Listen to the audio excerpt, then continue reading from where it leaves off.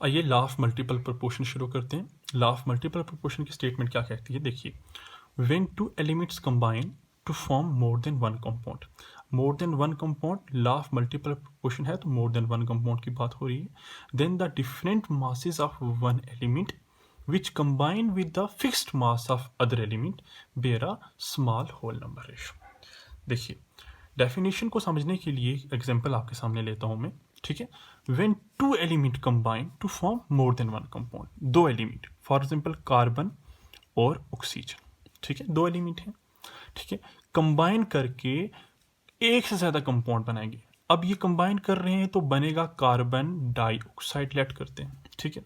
Similarly यही दो element combine करेंगे, कार्बन और oxygen, result in the formation of a carbon monoxide molecule, ठीक है। कार्बन ऑक्सीजन के साथ मिलके कार्बन डाइऑक्साइड भी बना सकता है, कार्बन ऑक्सीजन के साथ मिलके कार्बन मोनोऑक्साइड भी बना सकता है।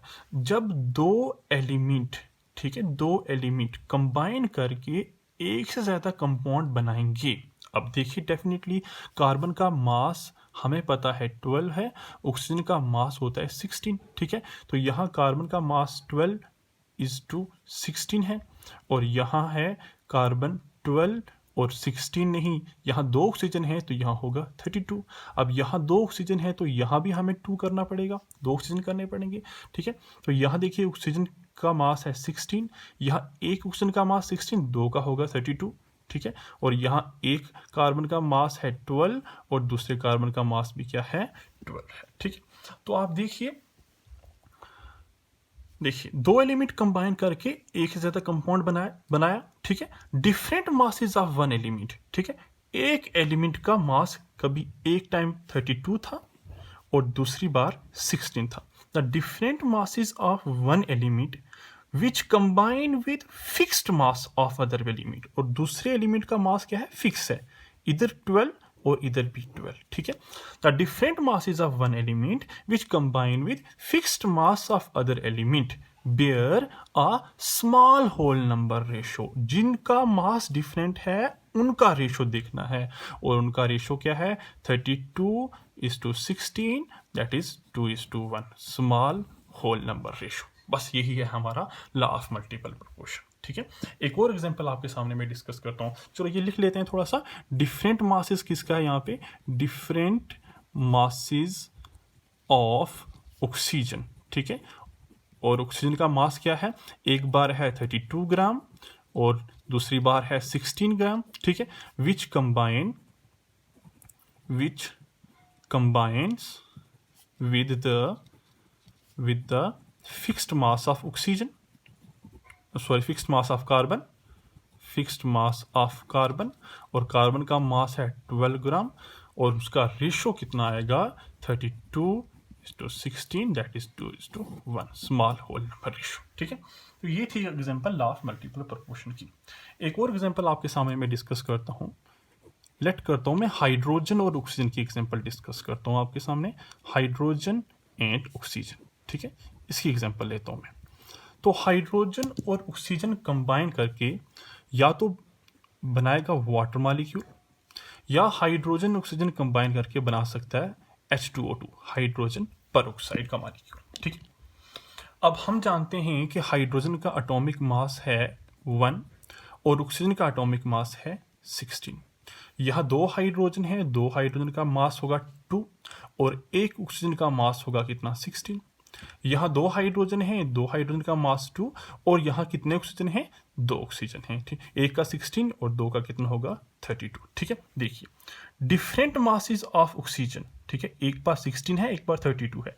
Different masses of oxygen which combine with fixed mass of hydrogen, यहाँ भी 2, यहाँ भी 2, ठीक है। और मैंने कहा अभी कि जिनका मास होगा डिफरेंट उनका रेशो देखना है। Different masses of oxygen which combine with fixed mass of hydrogen, तो डिफरेंट मासेस ऑफ ऑक्सीजन, एक बार मास 16 है और एक बार 32 है, 16 रेशो 32, इसका स्मॉल होल नंबर रेशो आएगा, वो होगा 1:2। That's the simple example of law of multiple proportion, ठीक है।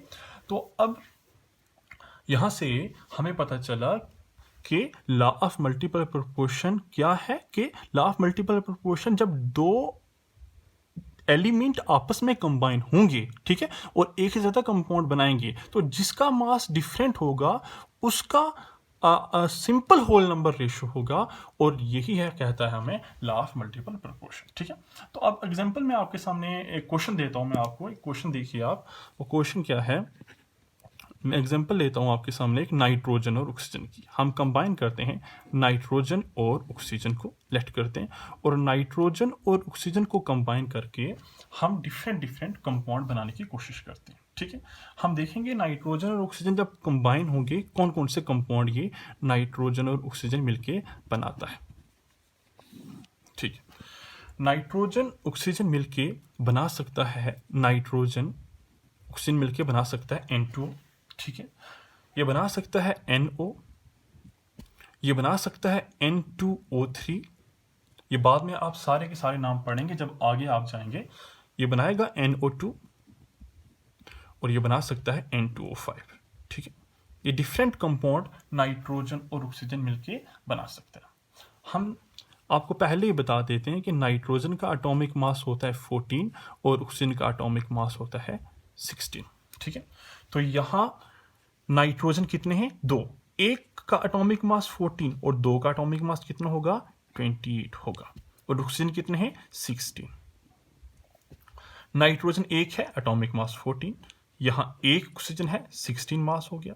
यहाँ नाइट्रोजन 2 है, मास 28 है, एक का 14 2 का 28। यहाँ 3 ऑक्सीजन है, एक का 16 और 3 का 3 से मल्टीप्लाई कर लीजिए, 48 होगा। यहाँ नाइट्रोजन एक है, मास होगा 14, और यहाँ 2 ऑक्सीजन है तो मास होगा 32, ठीक है।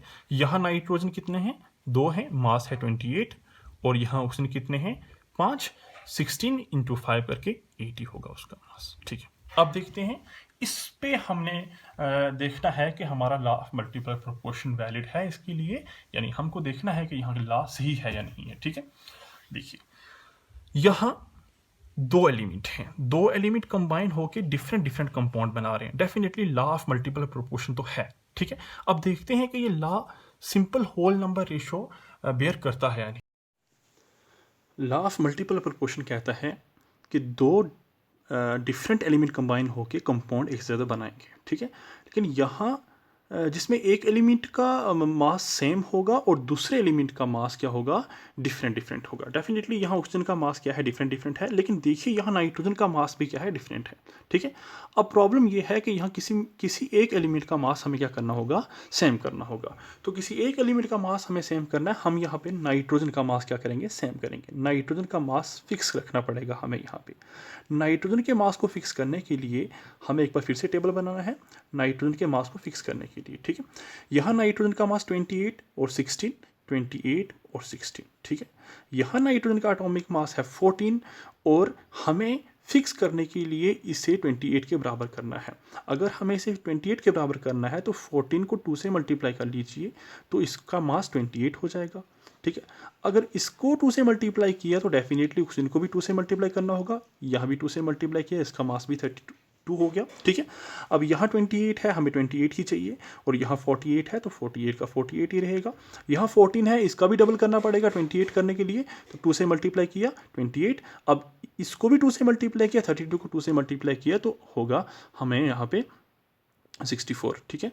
तो यहाँ 28 ही 28 है, इक्वल है, यही चाहिए था, और यहाँ 80 है। अब देखिए the different masses of oxygen which combines with the fixed mass of nitrogen, ठीक है। और मैंने ऑलरेडी आपको पहले ही कहा है कि जिनका मास डिफरेंट होगा हमने उसी का रेशो देखना है, ठीक है। तो different masses of oxygen which combine with the fixed mass of nitrogen bear a simple whole number ratio। देखिए 16, 16 रेशो 32, रेशो 48, रेशो 64, रेशो 80। तो ये 1:2:3:4:5। तो ये था हमारा लॉ ऑफ मल्टीपल प्रोपोर्शन।